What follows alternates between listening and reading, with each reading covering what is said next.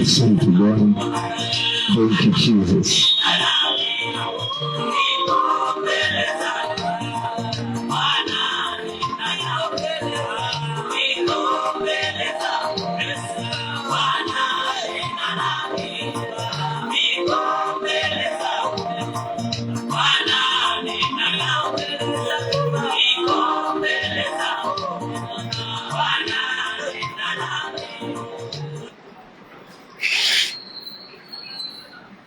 Asante Yesu, unastahili Bwana, unatosha Yesu. Haleluya.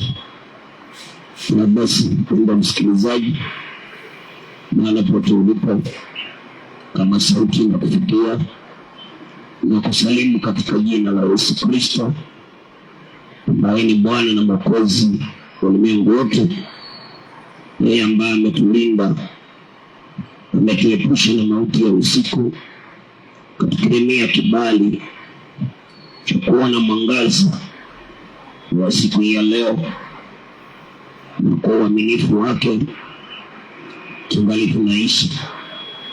Tuna kila sababu za kumshukuru Mungu, kumtukuza, kumwamini, kumtumaini na pia kumtumikia, kwa maana ndiye mwenye uwezo, ndiye mwenye nguvu. Umempendeza kwamba siku ya leo tuweza kupata nafasi ya kutana masaa kama haya kwa ajili ya kushiriki neno lake Bwana. Kwa hiyo naomba muda wako mchache katika jina la Yesu Kristo, na itakuwa ni baraka. Kwanza kabisa, ningependa tuweze kumshukuru Bwana kwa njia ya maombi, kwa sababu ya pumzi ya uhai, nguvu za mwili ambazo umetukirimia kuwa nazo. Tunapojiweka mbele zake Bwana, ili ya kwamba endelee kutulinda na kutuhifadhi katika siku ya leo, nasi tuweze kushuhudia mema yake Bwana. Naomba na wewe pia unaweza kujiombea mahali ulipo, kumkumbusha Bwana hitaji lako. Ni Mungu wa rehema, anaweza kukurehemu na akakutendea na ukashuhudia wema wa Bwana. Zaburi sura ya 10 mstari wake ni wa 12 na 14. Alafu tunaomba katika jina la Yesu Kristo. Psalms chapter number 10, number 11 to 14. Inuka Mungu Bwana, uinue mkono wako Mungu, usiwasahau wanyonge. Kwa nini mdhalimu amdharau Mungu, akisema moyoni mwake utapatiliza? Umeona, maana unaangalia matatizo na dhiki, uyatwae mkononi mwako. Mtu duni ukuachia nafsi yake, maana umekuwa msaidizi wa yatima. Tuombe. Baba, katika jina la Yesu Kristo, mfalme wa falme, Mungu mwenye uwezo, nasongea mbele zako kusema ni asante kwa pumzi ya uhai na nguvu za mwili ambazo umetupasa bure. Bwana Yesu, ni asante. Asante kwa kila msikilizaji, asante kulinda mahali hapa, asante Bwana kwa amani na utulivu, na asante kwa mawazo mema na mipango mema unayotupangia Bwana. Sifa na utukufu zikurudia ukitupa kiti chako cha enzi mbinguni. Unastahili, unatosha na unaweza Bwana, na kando na wewe hapana mwingine. Ndipo Jehova tunakuinua kuliko vionekanavyo na visivyoonekana, ukikiri ya kwamba wewe ni Ebenezer na hapana mwingine. Bwana Yesu, nakuinua ni kwa ajili ya mahali hapo katawala. Yaliyo sirini Bwana unayaona, yale mabaya ukazuie, yaliyo mema ukayadhibitisha, na sifa na utukufu zitakurudia Bwana. Tunaomba ukaonekane katika maisha yetu siku ya leo. Utembee nasi Bwana ukitenda mema, ukituongoza na kutuelekeza katika njia ya uzima na baraka. Ni kwa ajili ya utukufu wa jina lako Yesu Kristo. Mishale ya adui Shetani na watu wake Bwana utuepushie. Chochote ambacho uliyapanga kwa ajili ya siku ya leo, tunakanusha kipate kushindwa katika jina la Yesu Kristo.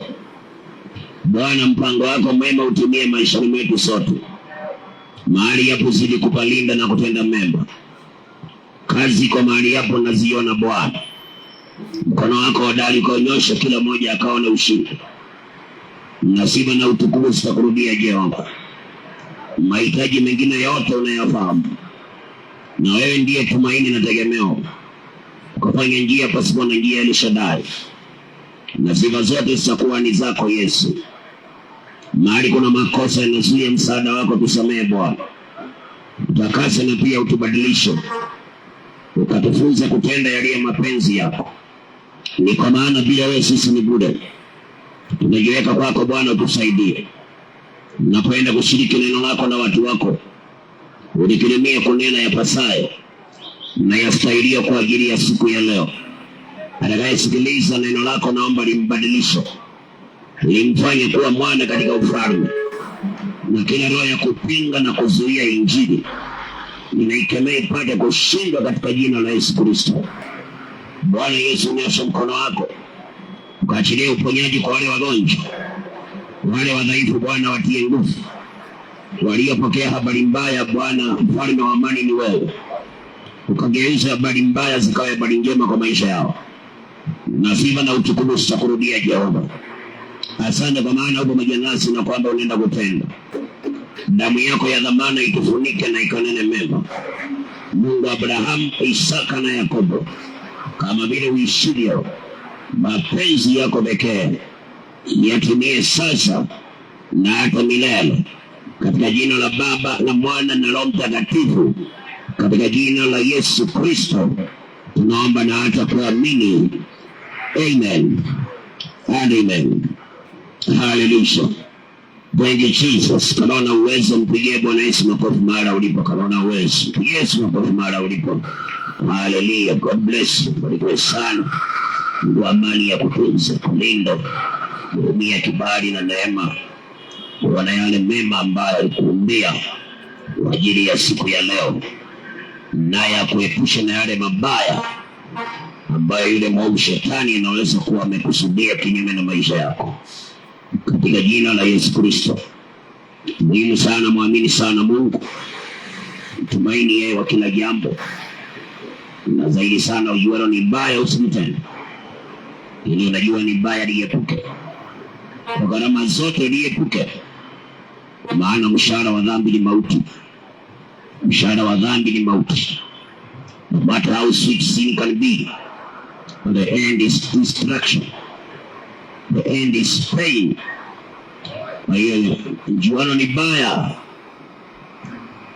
niepuke, ili ya kwamba kesho yako isiwe mbaya, kesho yako isiwe ya uchungu, kesho yako isiwe ya majuto.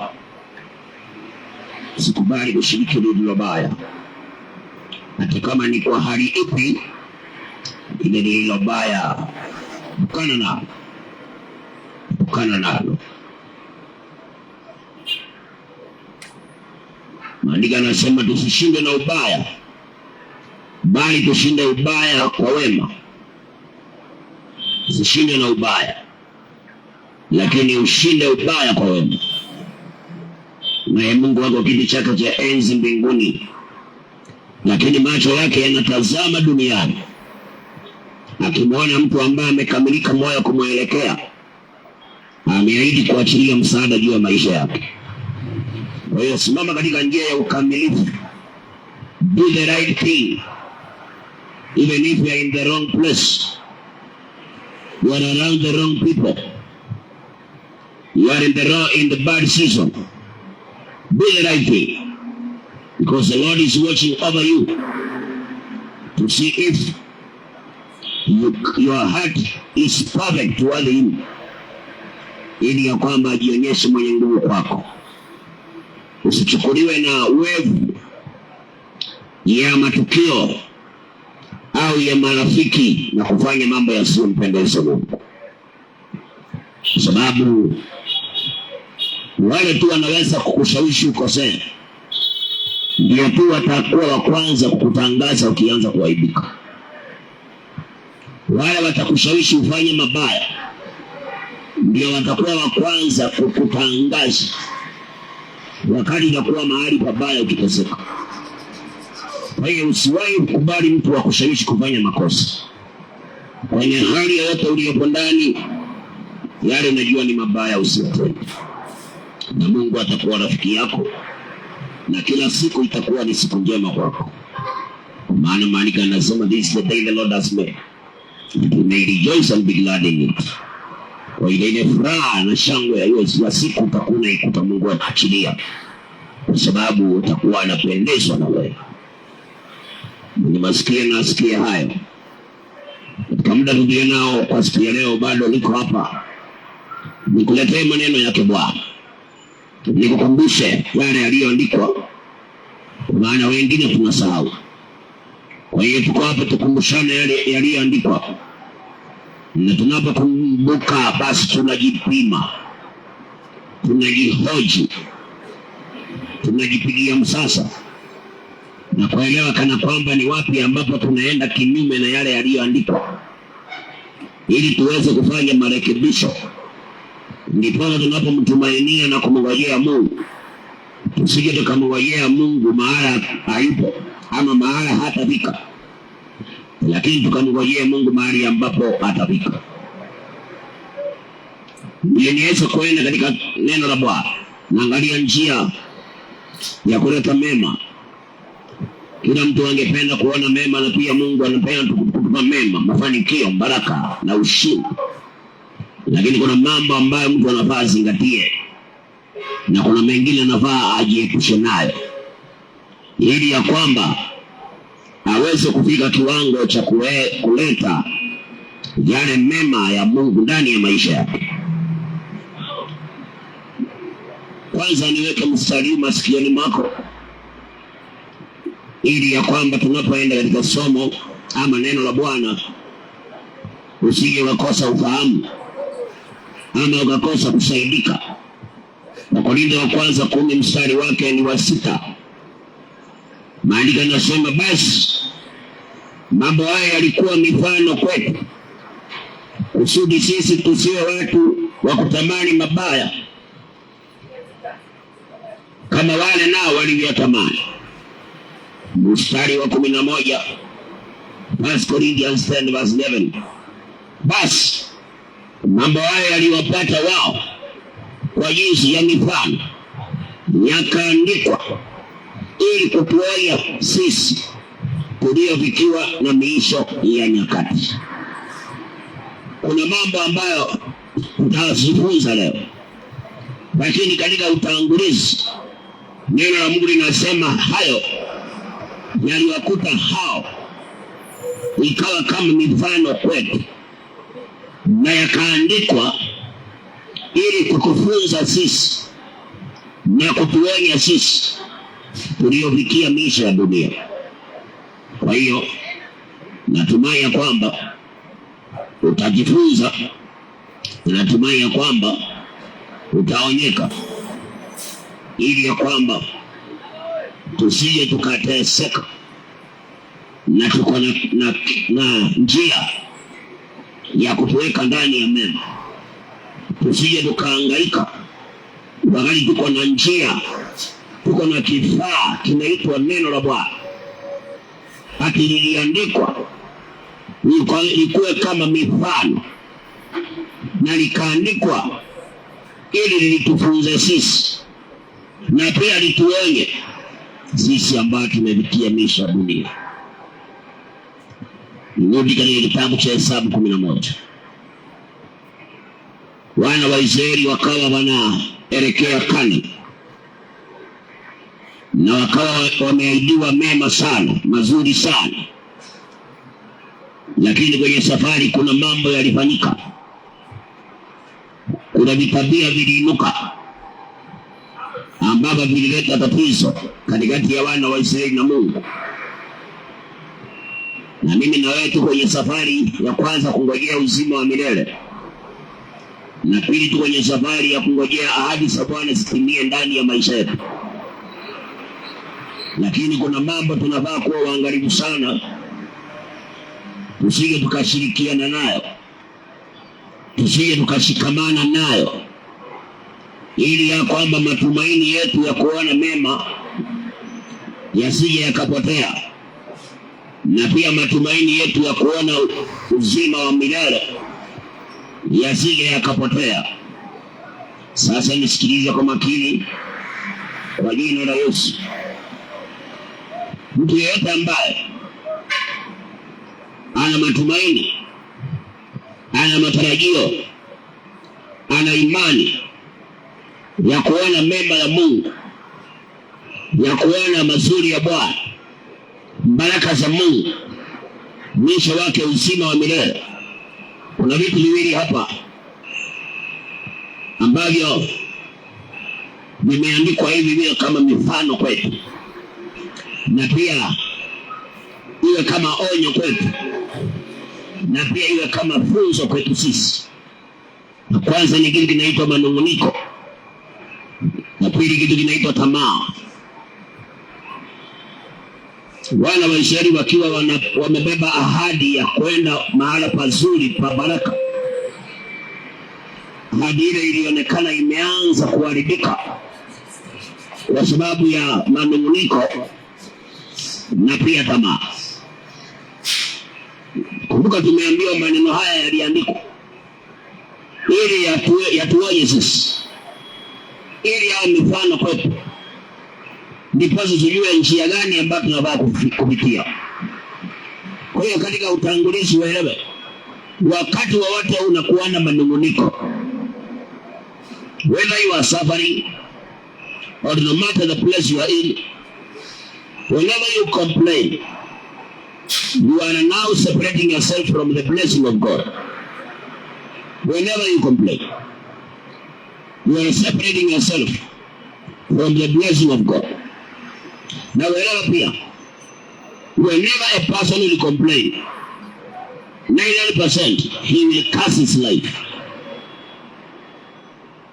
Asilimia 99 ya mtu anapolalamika atanena mabaya kuhusu maisha yake. Ndio maana ni vizuri mpendwa, maandiko yanasema tushukuru kwa kila jambo, because that is the will of God. Lakini watu wengi tumejaa manunguniko, na ili hali tunataka tufike mahala kuna ushindi. Wanungunikao hawafiki mahali kuna ushindi, kwa maana pia wanungunikao hawana imani ya ushindi, na wanungunikao hawatawahi kuongea maneno ya ushindi. Kila siku wataongea maneno mabaya ya kukashifu kwa sababu ya manunguniko yao, na hiyo litafanya mema ya Mungu yapotee, na linaleta pia the wrath of God. Kwa hiyo how many times have you complained in matters? Kwanza kama kuna kitu ambacho watu, yani karibu watu wote wanakamatwa nayo, wanadamu wengi wanalalamikia sana uchumi. Yani akiamka asubuhi analalamikia uchumi na serikali, akilala analalamikia uchumi na serikali. Utakuta hata kwenye mtandao TikTok usiku saa 6 usiku watu wanalalamikia uchumi na serikali. Manunguniko. Na hiyo ni njia moja ya kukosa baraka, ni njia moja ya kutoka karibu na Mungu.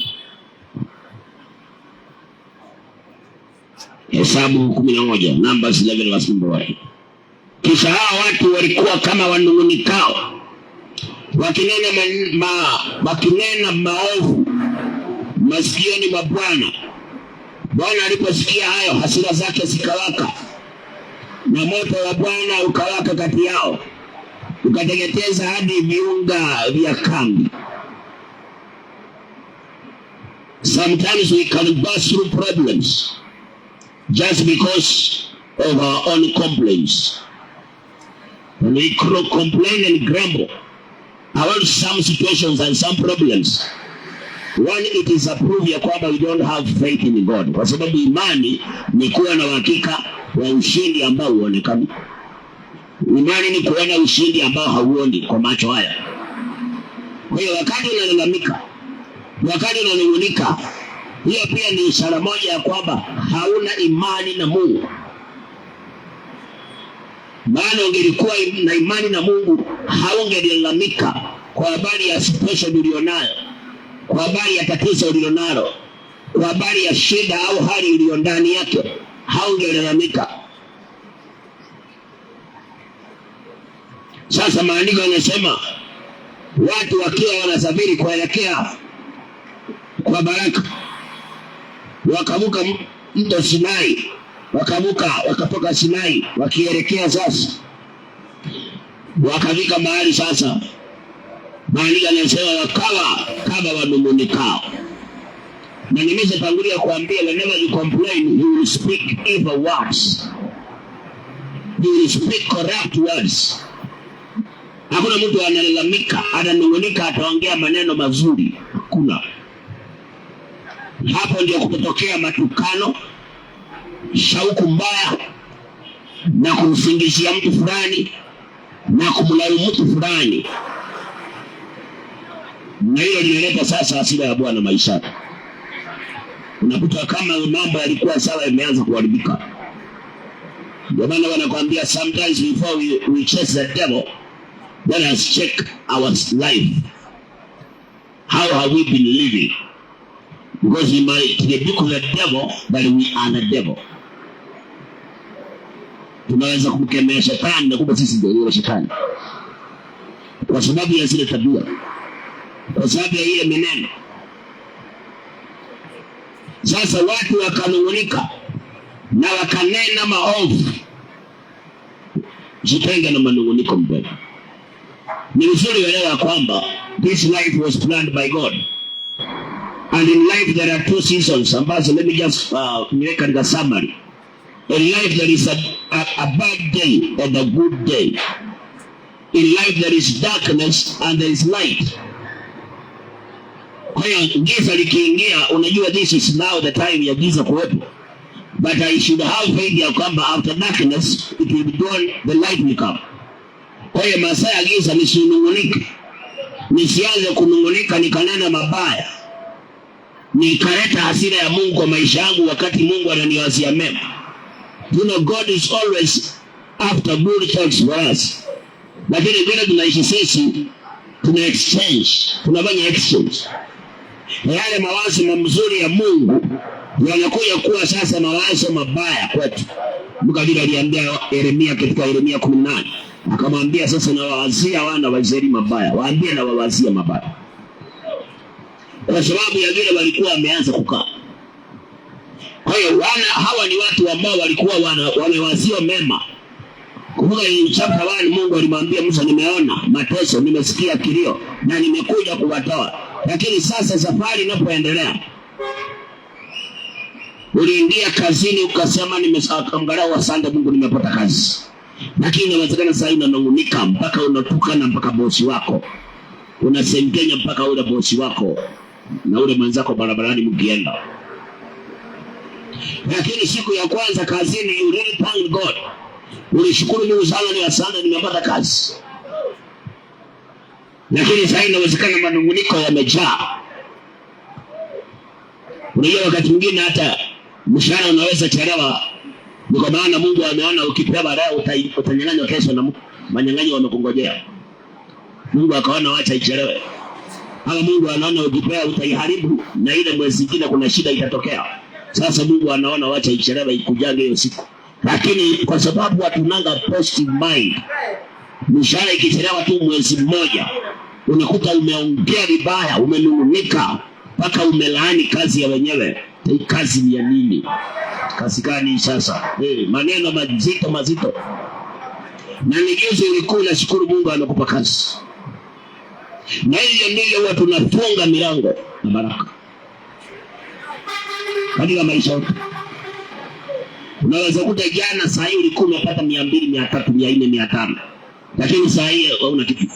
Na sasa unanungunika kweli kweli mpaka unalaani siku. Unanungunika mpaka unalaani siku ambayo hata haijafika nusu, ndio imefika nusu. Lakini umesahau jana vile ulikuwa unazihesabu. Wakati mtu ananungunika ni ishara amemdharau Mungu, kwa sababu huko nyuma alikotoka ameshaona mazuri ya Bwana. Bwana Yesu amsaidie sana mtu wa Mungu. Tuache manunguniko wapendwa. Hata wakati mambo imeenda vile ukutarajia, kubali uzima wa mwili ni bora kuliko matarajio yako. The breath of life is very important more than your expectations. So if your expectations fail, you should thank God because you are still alive, you are still breathing. Kuna watu ambao matarajio yao yalitimia na wakagongwa na gari. Kuna watu matarajio yao yalitimia na wakateleza kwa mbavu, wamelazwa. Na kila alikuwa anatarajia alikuwa amekipata, sasa anaoga akaenda kusherehekea. Na shetani akamkuta kwa bafu, sabuni aliyoitumia kuoga akateleza nayo. Kwa hiyo hata wakati matarajio yetu ya kutimia, we should thank God because we are still alive. Hiyo itakuweka karibu na ushindi, itakuweka karibu na baraka. Lakini manunguniko yalifanya watu wakaongea maneno mabaya. Unanungunika mpaka unamtukana kiongozi. Mtu wa Mungu, hakuna kiongozi mzuri na hakuna kiongozi mbaya.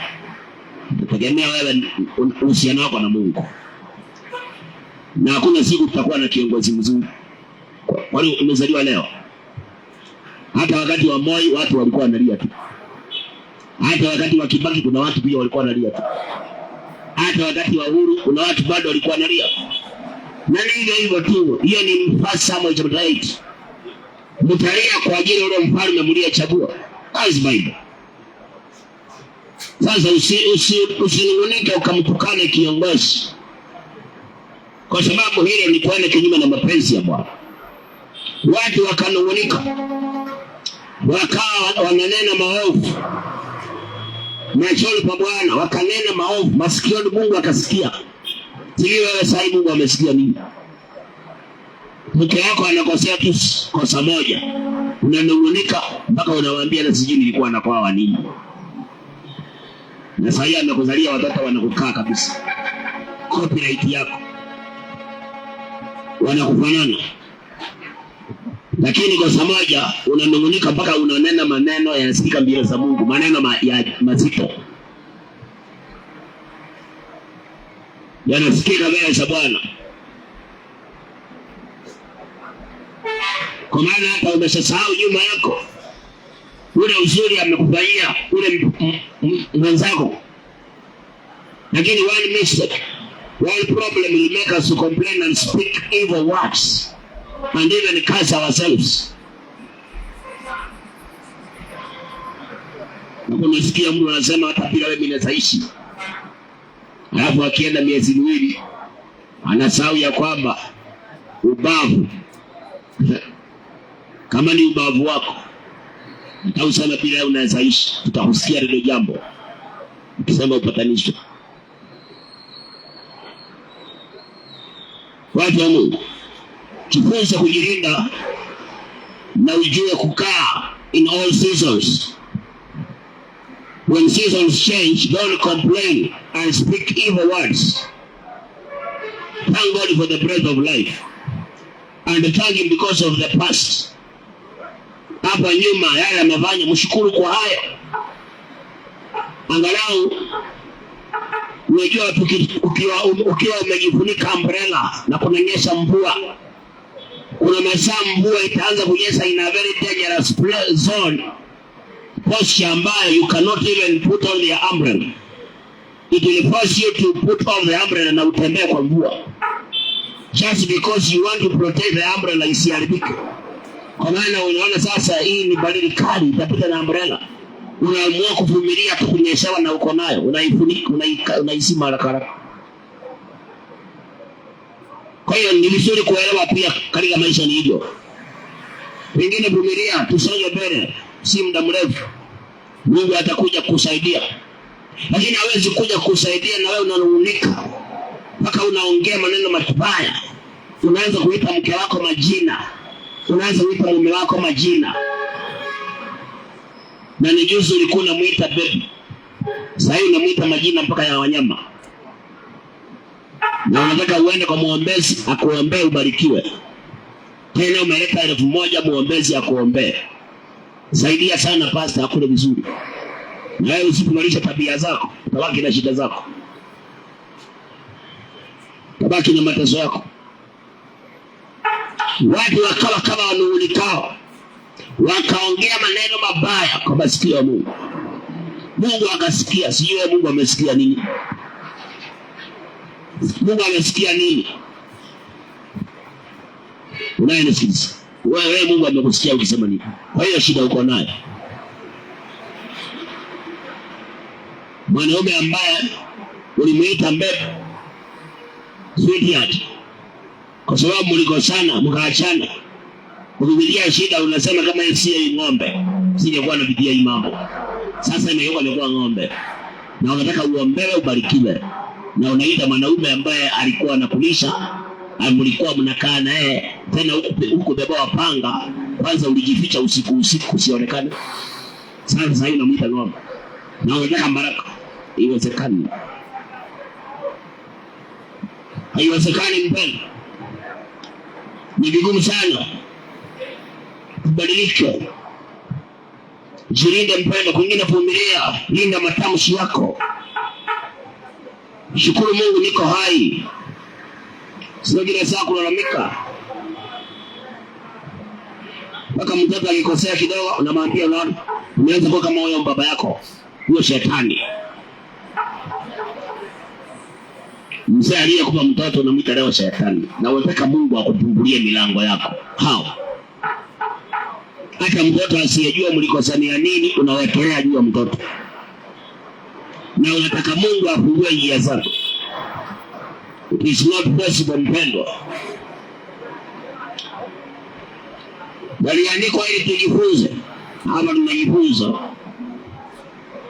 Manung'uniko mpendwa, wachana nayo. Maneno machafu ndio kinywani mwako. Kuna mambo mengine mpendwa yanafanyikanga ndio usaidike. Kwa Biblia hii hakuna mtu alisaidika bure. Kila mtu aliyesaidika kwanza kuliharibika. Lakini kulipoharibika alijilinda, ndio sasa akasaidika. Na wewe utaki kujilinda, Mungu anasikia maneno machafu yakitoka kinywani mwako na manung'uniko, na kulaumu watu fulani ndio wamekuwa sababu ya shida zako, na zingine ni wewe mwenyewe. Kama unasema huyo mwanaume aliniharibia maisha, ndio uunganika naye, uliomba Mungu anakuambia huyo ndio mzee wako. Sasa unanung'unika vitu vingine, na wewe ndio kwanza cause yake. You are the cause. Sababu ya Mungu, tukitaka kuona mema, tukitaka Mungu afungue njia zetu, lazima tuache manung'uniko. Tuache kunung'unika na kuongea maneno machafu, maneno mabaya. Tuache. Kwa maana tunaambia wakati walinung'unika, kama wewe umejaa manung'uniko, hata ukifanya mema na unanung'unika, wewe siona baraka. Baraka haziwezi tokea. Kwa hiyo mpendwa, wengine wananung'unikana ndani kwa ndani. Unaweza kuta unachemshia mzee chakula, lakini ndani yako unanung'unika. Pale unamuita majina wewe ndani ya moyo, lakini unamchemshia chakula. Unaweza kuta mzee amepeana pesa shilingi 100, lakini ndani amenung'unika wewe, lakini amepeana pesa. Hivi ndio inafungana baraka. Ujue hata moyo wako Mungu anausikiaga ukiongea. Sauti ya moyo wako Mungu usikia. Hata ukifanya mambo ukinung'unika, Mungu anasikiaga tu. Ndio leo nakutanga baraka zinapotea. Unateketea kila mahali. Unakuta surrounding yako milango imefungana.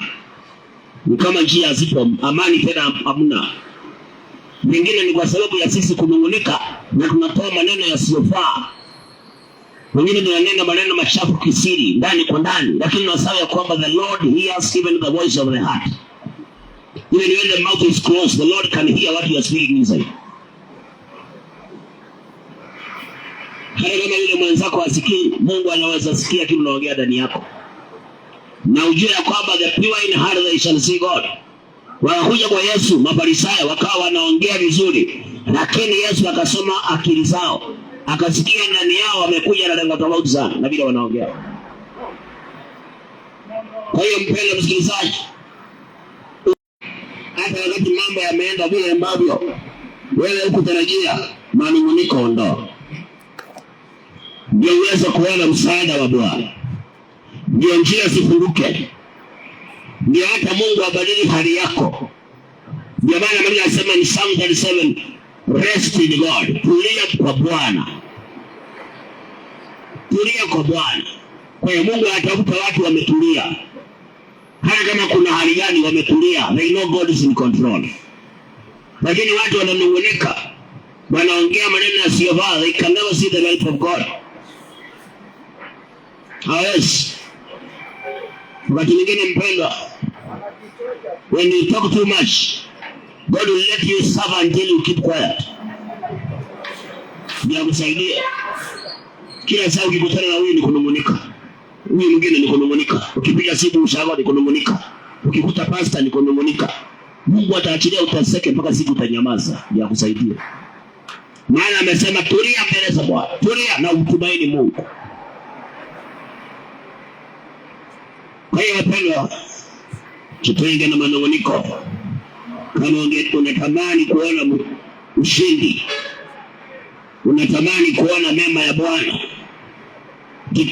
jitenganisho na manunguniko, kwa sababu yanafanya hasira za Mungu zinashuka. Na unakuta Maria asema moto uliteketeza makambi yote. Sasa ikaonekana mahali walikuwa wanatarajia hata kukaa, ikaonekana kumeteketea kila mahali. So we need now to set up building another tents. Kwa hiyo unakuta maisha yarudi mpaka zero, sasa ni kuanza upya. Kadiri kwa sababu ya kunungunika na kuongea maneno machafu yanafika masikioni mwa Bwana. Sasa unakuta maisha yamerudi reverse kabisa, mpaka zero. Unaanza fresh. Usikubali mpendwa. Basi namba 2 Maria anasema ndipo watu wakamlilia Musa, naye Musa akamwomba Bwana, na ule moto ukakoma. Jina la mahali pale likaitwa Tabera, kwa sababu huo moto wa Bwana uliwaka kati yao. Watu wakawa shida zimekuwa mingi mpaka wakalilia Musa. Kwa hiyo vilio vingine sisi ndio tunaviletanga. Unasikia hao watu hawako wanalia, lakini sasa wamejiletea kilio wenyewe. But we thank God because God is a merciful God. He's always gracious. Walikomlilia Musa, Musa akaomba Mungu, Mungu akamhurumia. Akautuliza moto ule. Lakini neno ni hasara. Kunungunika na kunena maneno yasiyofaa ni hasara, kwa sababu uharibifu utaingia maishani. Kama mtafute Mungu tena akurehemu, ule uharibifu utakuwa mkubwa sana. Sasa kama safari ilikuwa iendelea kesho yake, nikimaanisha kesho yake safari haikuendelea. So complaining and grumbling will make you delay. Kwa sababu kama makambi yalikuwa yameteketea, nikimaanisha safari ilisimama kwanza. Kwanza watu wakaanza kulilia Musa, kwa sababu ya ile hasira imeshuka. Kwa hiyo inaonekana hakuna kusonga mbele. So some delay in life is because of complaints.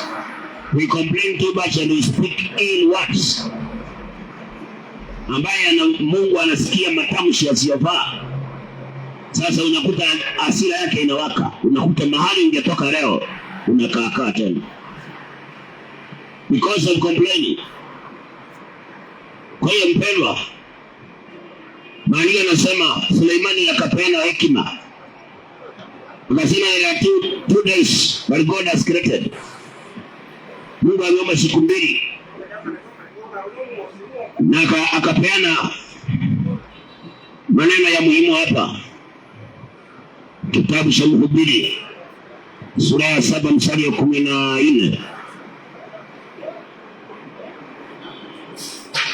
Basi wengine nasema siku ya kufanikiwa ufurahi, na siku ya mabaya ufikiri. Mungu ameifanya hiyo moja kwenda sambamba na hiyo ya pili, ili mwanadamu asipate kulijua neno lolote litakalofuata baada yake. Kwa hiyo Suleimani anatuambia Mungu ameomba siku mbili maisha. Ameomba siku ya kufanikiwa na ameomba siku ya mabaya.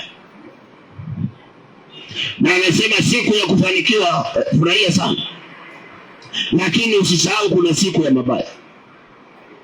Na siku ya mabaya ikifika, hajasema uanze kuongea, anasema fikiria, consider, think. Bana sisi tu think, tunaanza kuongea maneno yasiyofaa. Shida ikitokea hivi, we start speaking, tunaongea maneno ambayo yanafanya Mungu anakasirika, anaachilia mateso. Na anasema hizi siku mbili Mungu ameziumba ziende sawa sawa, ndio kusionekana mtu wa kujisifu aseme ati kesho najua kutaenda hivi.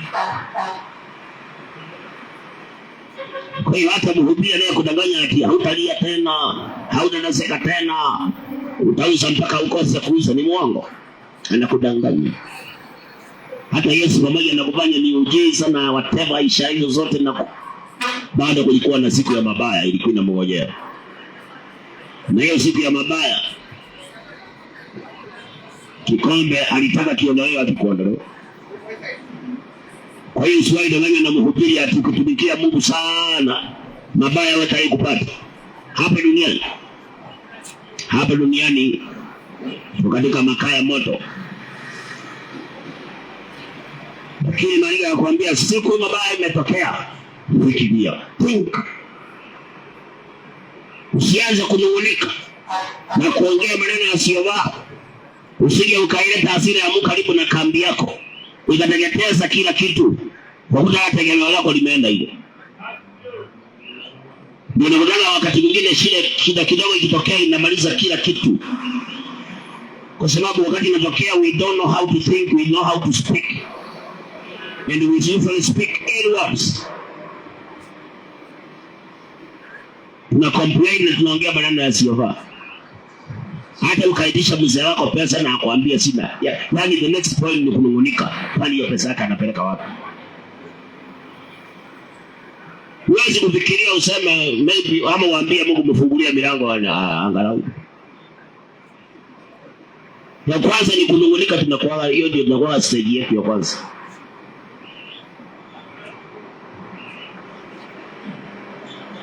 Mwanaweza isaidia sana. Mtu wa Mungu, manunguniko walifanya watu wanaoelekea pazuri wakadelay. Na wanapodelay, wanadelay wakiwa wanalia. Wacha manunguniko. Mshukuru Bwana hata kwa uhai. Yuko hai. Na uhai ni ishara tosha kwamba utabarikiwa. When you are breathing, that is a proof that you will be blessed. Ili kupumua tu ni ishara tosha kwamba utabarikiwa. Kwa hiyo unastahili kumshukuru Mungu kwa uhai na kutangaza kwamba najua Mungu kama umenipa uhai, najua utanisaidia. Kwa hiyo siwezi lalamika na kusema ni fulani alifanya na pitianga haya, ni fulani alifanya, kama si fulani singekuwa nateseka hivi, kama si fulani. Watu kama hao hakuna siku watabarikiwa, kwa maana wanaendelea kuchafua masikio ya Mungu na maneno yao yasiyofaa. Sasa watakuwa na ndio maana waangalia watu wanaoongea hivyo, utakuta maisha yao yanazidi kuharibika. Si ndio yatengenezeka. Wale wanao complain kusema ni fulani. Wanafanya nateseka, utakuta their life is still going miserable. Lakini maana they are blind, they cannot notice wanyamazi. Ashukuriye Mungu maana unasikiliza neno la Bwana. Kama ulikuwa unanungunika, tulia kwa Bwana. Nyamaza, wacha manunguniko. Shukuru Mungu wa uhai. Mbona hiyo masaa unasahau Yeremia 29:11? Mbona usikumbuke hiyo? Kama Mungu ananiwazia mema. Kwa hiyo nitashukuru Mungu maana ananiwazia mema. Nitashukuru Mungu maana mipango aliyonayo juu yangu mipango mema. Kwa hiyo sitanungunika. Ni kiwango cha kunena maneno machafu kwa masikio ya Bwana.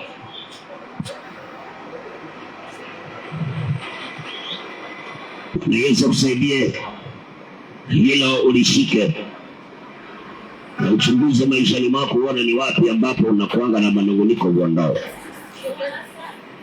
Jambo lingine, kwa haraka tu ndio niweze kumaliza, kuacha utafakari zaidi. Jambo lingine, verse number 4, Numbers 11 verse 4 inasema, kisha mkutano wa wafuasi waliokuwa kati yao wakashikwa na tamaa. Wana wa Israeli nao wakalia tena, wakasema, ni nani atakayetupa nyama tule? Nakumbuka samaki tuliyokula huko Misri bure, na yale matango na matikiti na mamboga na vitunguu saumu. Lakini roho zetu zinakauka. Hakuna kitu chochote, hakuna kitu cha kutumaini isipokuwa hii maana tu. Na hiyo maana ilikuwa mfano wa chembe za mtama, na rangi yake ilikuwa kama ya bedola. Watu wakazunguka na kuikusanya, kisha wakaisiaga kwa mawe ya kusagia au kuitwanga katika vingu, kisha wakaitokosa vunguni na kuandaa mikate, na ladha yake ilikuwa kama ladha ya mafuta mapya. Bado wana wa Israeli maandiko yanatuambia tabia nyingine ikachipuka katikati yao. Katikati yao kuna watu waliingiwa na tamaa, na walipoingiwa na tamaa wakasarau mpaka kile Mungu amewapea. Unakutanga unaweza kuwa umeuza, lakini jioni unasema sijauza kitu leo. Leo ni siku imekuwa mbaya sana. Na umeuza. Tamaa. Wakadharau mpaka kile Mungu amewapea. Wakaanza kusema ninatamani zile tulikuwa tunakodaga bure. Zile watermelon na vitunguu saumu. Tumetamani hizo tulikuwa tunakodaga bure Misri.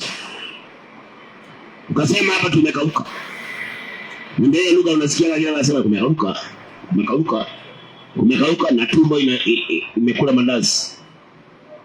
Kumekauka na sababu unayekelea ngedheri. Na bado unasema tu kumekauka. Wana wa Israeli walikuwa hivyo, wamekula mana. Tena hii mana imekuja kimiujiza. Si eti kuna mahali wameenda wakalima wakaipata. Imeshuka from heaven, kazi yao ni kukusanya. Lakini walisikika wakisema afadhali ile matango miti tulikuwa tunakulanga na hizo watermelon. Wanasema sisi tumekauka, hatuna kitu. Hii maana ya tumesaidia. Ni maana ngapi unasema hauna kitu na uko na kitu unaweza kusaidia leo? Tamaa inakufanya unasema hakuna kitu. But you have something that you can even eat 2 days, even 3 days. Hata wengine wako na uwezo wa kujikulisha wiki mzima. Lakini tamaa inafanya tunasema tu kumekauka, sina kitu, siku ni mbaya, hata sijauza kitu.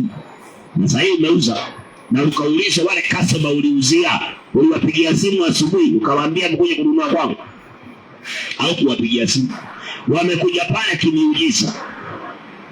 Ile maana hawakupiga simu mbinguni wakaichukue. Ni Mungu alikuwa anaishusha asubuhi, wakiamka wanakuta kambi mzima imejaa mana.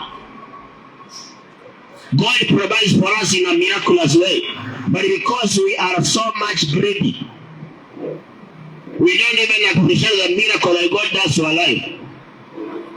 Tunadharau mpaka ile muujiza wa Bwana kwa sababu ya tamaa. Na hivi ndio nakuta kwamba sasa mema yanaondoka, bila inaingia maishani. Milango iliyokuwa inafunga inafunga sasa kwa sababu ya tamaa. Wapendwa, ukitaka kubarikiwa na Mungu, lazima ujifunze kuridhika na kushukuru kwa kile kidogo uko nacho. Ndio Mungu atakubariki. Lakini uko nayo na unasema, hata kuna wengine wamekula na wanasema sijakula, mimi nimeweka tu njaa tangu asubuhi nimekaa hivi. Asaki na dada, ukiona mwanaume tu nikisema sijakula kitu leo, hiyo ni ishara ya ukahaba, uzinzi. Huwezi barikiwa. Lakini kwa njaa sijakula hata kitu. Sasa hiyo minyonyi ya kuwa naweza kuongea, ungetoa sauti mingi sana. Sema amekula mandazi 3. Na sasa hiyo umekauka unasema sijakula kitu. Hata mwingine anasema nilala njaa. Sometimes wapendwa, shida tunaziletanga sisi wenyewe. Wakati unasema nilala njaa na ulikula, ujue kuna siku utalala njaa cha ukweli na utalia na Mungu atakuondolea usingizi. Utagaragara kitandani. Ukisuka hivi unakuta ni saa 6 bado. Ukisuka tena unakuta bado ni saa 7. Tuache tamaa wapendwa. Ni vizuri kuridhika na kushukuru Mungu kwa kile kidogo umepata, na kuweka imani kwamba mbele kuna ushindi kuliko sasa. Wale wa Israeli hata badala washukuru kwa maana wamepata mana ya bure, wakaanza kutamani watermelon za Misri. Wakasahau vile Misri walikuwa wanateseka. Wakasahau vile Misri walikuwa wanahangaisha. Wakaanza kutamani vitunguu saumu ya Misri. Na si eti hawana kitu. Wako na kitu kinaweza wasaidia. Lakini tamaa inafanya watu wanachukua njia mbaya. Wengine wanaenda kujiuza miili yao. Si eti hawana, otherwise they have something they can do. Wakajimudu kimaisha, wakingojea the blessing of God. Lakini kwa sababu ya tamaa tunafukuza baraka za Mungu maishani. Wakaingiwa na tamaa na wakawa sasa wanaongea maneno yasiyofaa, mpaka ikaonekana they have despised what the Lord has given them. Na wameanza kusema habari kule kwa shetani huko, habari huko Misri. Mahali walikuwa wanalia watolewe, wakaanza kutamani hapo. Tamaa inafanya unatamani mahali pabaya. Tamaa inafanya unampea shetani credit ndani ya maisha yako. Mungu anakosa nafasi. Tamaa inafanya maneno yako mwenyewe yanaua maisha yako. Your words kill your life kwa sababu ya tamaa. Tujifunze kuridhika. Maria anasema katika 1 Timothy chapter 6 basi anasema tukiwa na chakula na mavazi tutosheke. Tukiwa na chakula na mavazi tutosheke. Na useme chakula gani? Hata ukikula strong tea na kangumu unaweza utosheke. Maana hiyo semekana ni chakula gani tunafaa tukule ndio tutosheke? Amesema ni chakula. Hakusema tukule nyama ndio tutosheke. Amesema chakula. Sasa wewe ukiwa mtu ambaye Mungu anakusaidia lakini bado unanung'unika, unasema hata hakuna kitu, unalani pa kazi, hata hii kazi jini ya nini, hata hii kazi haina kitu, na kazi yenyewe imekupea tu pesa, na leo nasema hiyo kazi hata ni ya bure, usije hata ni kazi ya nini, hata nitaacha tu kazi. Sasa mwezi wa 7 uko hapo bado na ulisema utawacha. Sasa niambie, kama ulisema kazi utawacha na uko hapo, unaona kama utabarikiwa? Umeshajilani. Hata hata wakati mshahara ni kidogo, na wakati mwingine nasema mshahara si kidogo, wakati mwingine ni tamaa na shughuli nyingi na competition. Wakati mwingine mshahara iko tu sawa, ni tamaa tuko nayo na shughuli nyingi, maisha ya compare. Wataka kama fulani umechukua simu ya mkopo, unalipa kila siku 100, tena uko na ngazi ya mkopo, sitabidi ukipata kazi sema ni mshahara kidogo, tena uko ndani ya chama ya ushahara ya Nairobi, na nyumba iko hapa ile kungojea, tena unakaa nyumba uliona mabati ni mbaya, unaenda kwa mama. Sio ukipata mshahara unasema ni kidogo, hata kama ni 1000 ngapi. Maana hiyo mambo yote umebeba ni mengi. Ndio maana Daudi anasema alikataa kushughulikia mambo yanashinda uwezo wake. Wakati mwingine tunashughulikia mambo yanashinda uwezo wetu. Unakuta mwanamke ameweka nywele ya bandia 3000 na kazi hakuna. Unatarajia atasema ni kuzuri, kwa atasema ni kubaya. Hapo ndio hata akipewa na mume wake 200 utakuta alisema ile nini sasa.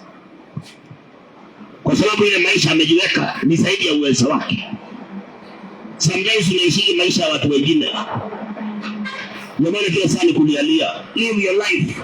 Now your life is a process and has stages. Na maisha ni kama barabara, kuna mahali kuna sharp corner, kuna mahali kuna bumps, kuna mahali kuna mteremko, kuna mahali ni flat, kuna mahali ni kimlima. Wewe maisha inakaanga hivyo. Kwa hiyo lazima wewe uishi maisha yako. Kuna mtu mwingine unaweza kuta anaishi vile anaishi, maana ako mteremko. Sasa mtu anataka mteremko anaona kama mlimani. Ukikosa maisha yake tutahangaika sana.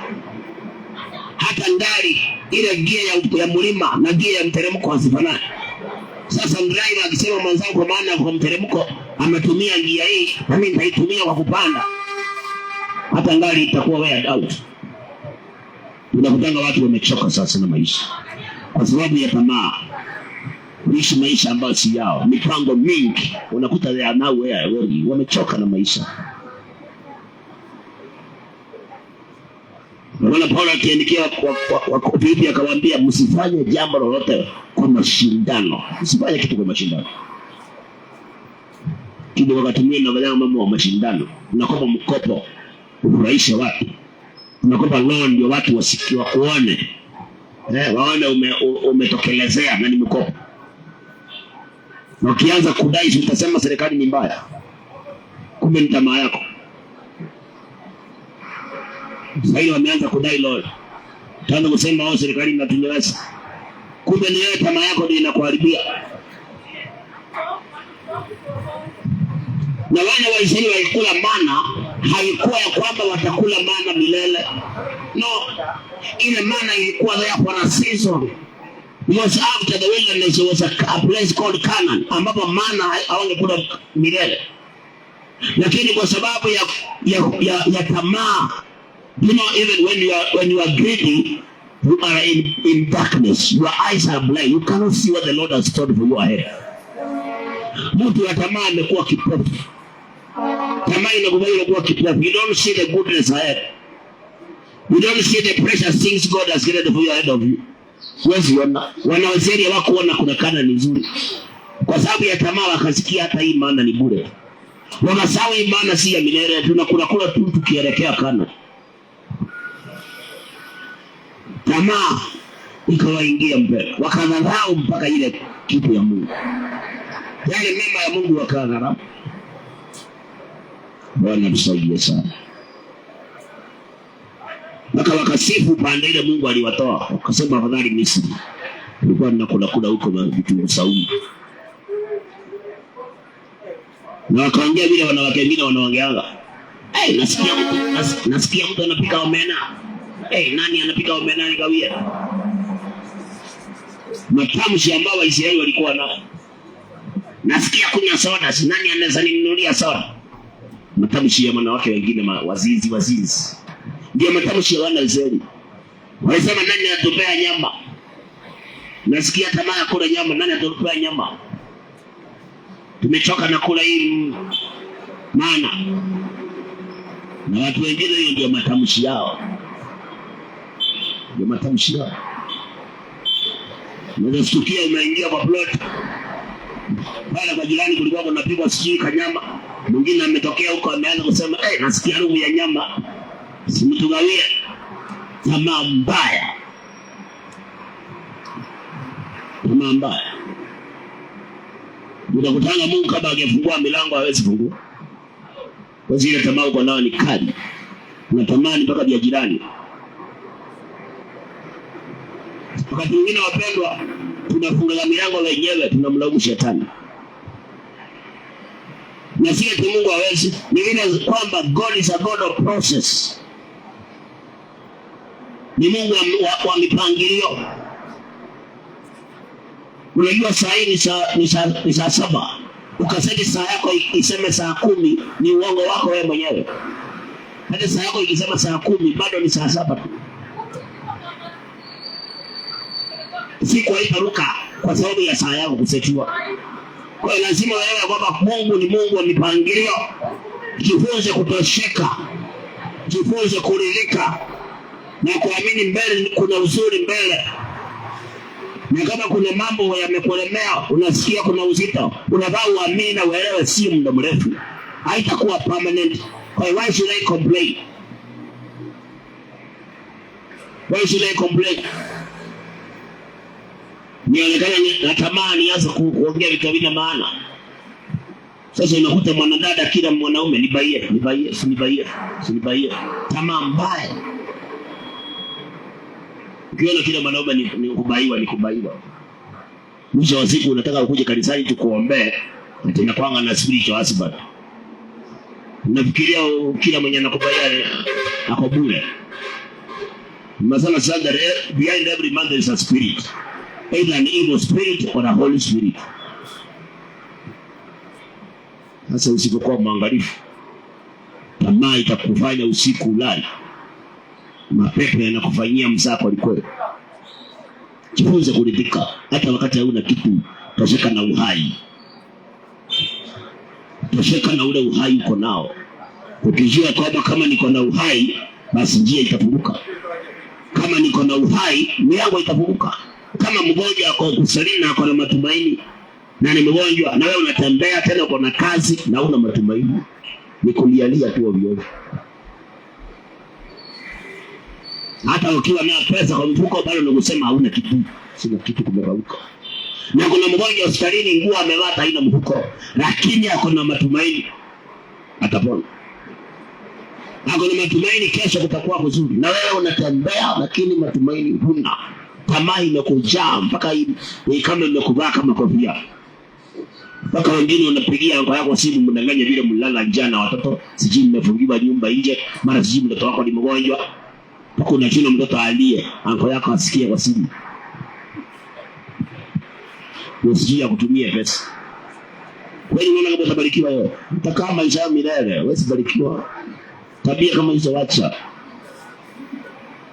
Sasa unachuna mtoto apige makelele ndio sasa ule unapigia simu asikie kweli uko ni kubaya.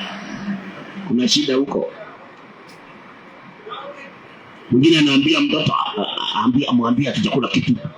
Mpaka unaanza kuja mtoto wako uongo na kwa mtoto mdogo. Na mmekula ungali usiku lakini asubuhi ule mzee mliachana unapigia unamwambia mtoto wako hapa kuna njaa. Alafu umeshaambia mtoto mwambie chakula. Mtoto ameanza kumrusha uongo. Kesho utaanza kumpiga ukimwambia acha uongo wewe. Kwa nini unadanganya? Na ni wewe ulimfundisha. Tamaa inafanya tunafundisha mpaka watoto wetu tabia potofu. Tamaa. Na wakishaharibika tunataka kanisani wakaombewe. Na wewe ndio umemfundisha kuwa mkora. Alafu ndaka tena sasa akuja akaombewe.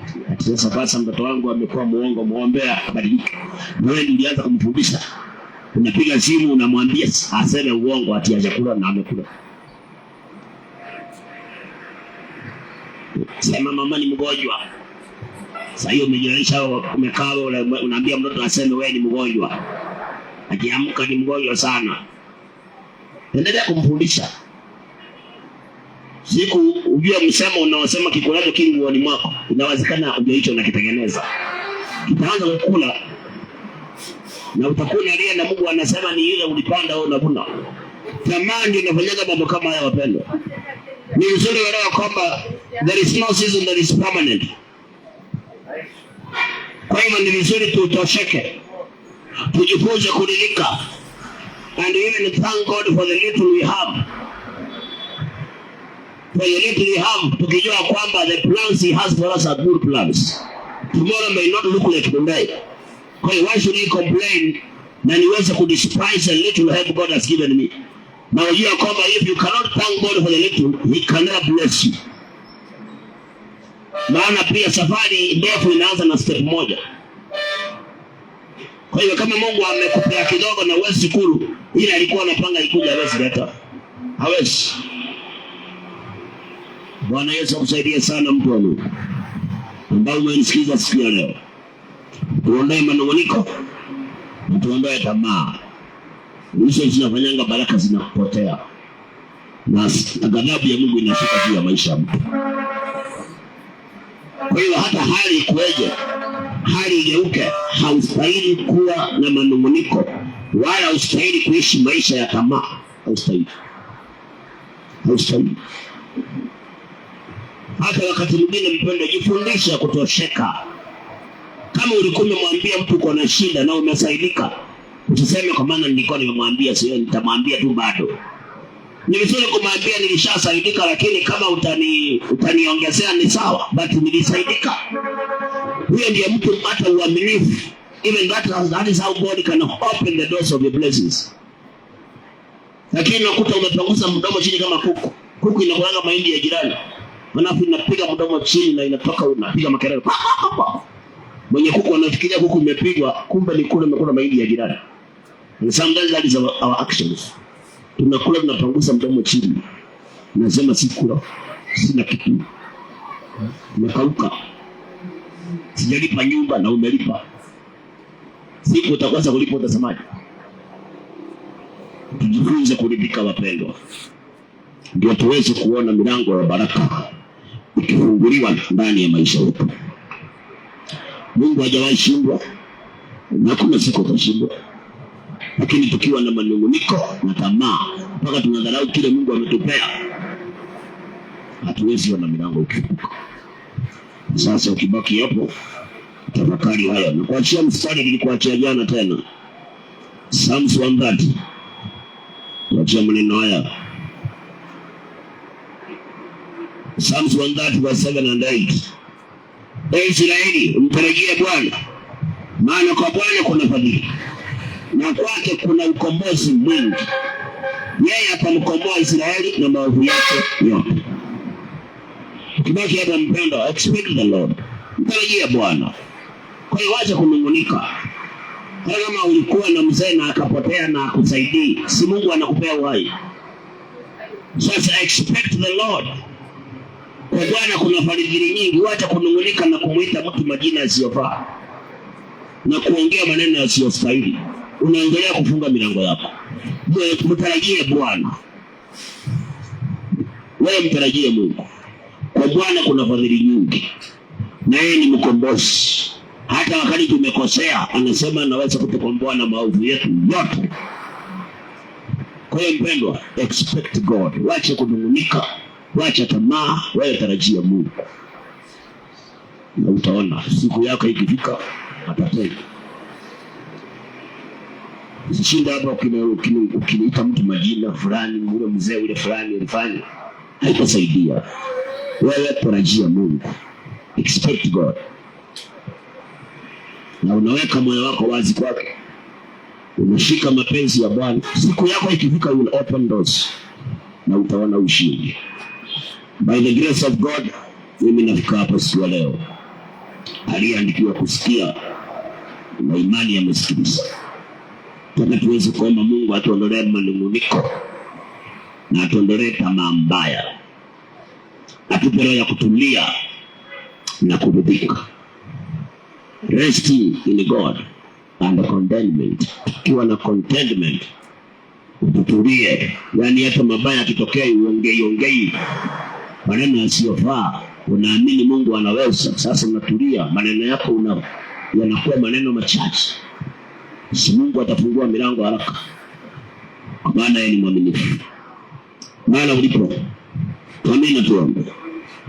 Baba, katika jina la Yesu Kristo, asante kwa neno lako. Asante kwa wale ambao umegusa wakasikiliza. Ninaamini ya kwamba kusudi lako limetumia. Ulipambanua neno lako ndani yao, wakalielewa zaidi ya vile nimeongea. Kiwango ya kwamba Bwana, sote tutasimama kwa ile njia ya baraka. Na sifa na utukufu tutakurudia Bwana. Utusamehe kwa maana tumekuwa watu wa maneno ya manunguniko, maneno yasiyofaa. Katikati ya sisi kupitia mashida tunazungumza maneno yasiyostahili. Tusamehe, tutakase. Na utusamehe pia kwa maana tumetawaliwa na tamaa mbaya. To the point even we despise what you have given us as a start of blessings. Bwana, ukatusamehe. Utuondolee roho ya tamaa mbaya. Utupe Bwana neema ya kuridhika na hata kutumainia na kutarajia wewe. Ukituondolea moyo wa kunungunika, utupe moyo wa kutulia kwako kwa kila hali, kwa maana wewe mawazo yako ni mema kila siku. Tupe roho ya kutulia na kuona na kuweka imani kwako. Mahali hapo zidi kupalinda, ukalinda watu waliosikiliza, ukawatendea mema. Milango iliyofungwa Bwana, fungua. Mahali kuna mtego wa Yesu, tegua. Njama ya shetani kuhusu mtu yeyote Bwana, tunakemea ipate kushindwa katika jina la Yesu. Wengine wanafanya kazi barabarani, waepushe na maajali. Bwana, tunakataa habari mbaya katika siku ya leo. Tunaomba habari njema pekee. Na sifa na utukufu tutakurudia Bwana. Mahitaji mengine yote Bwana unayajua, na njia za kutoka kwa mauti ziko na wewe. Kila mmoja Bwana muonekanie na kumtetea. Na sifa zote zitakuwa ni zako. Waliookoka wasimamishe, wale hawajaokoka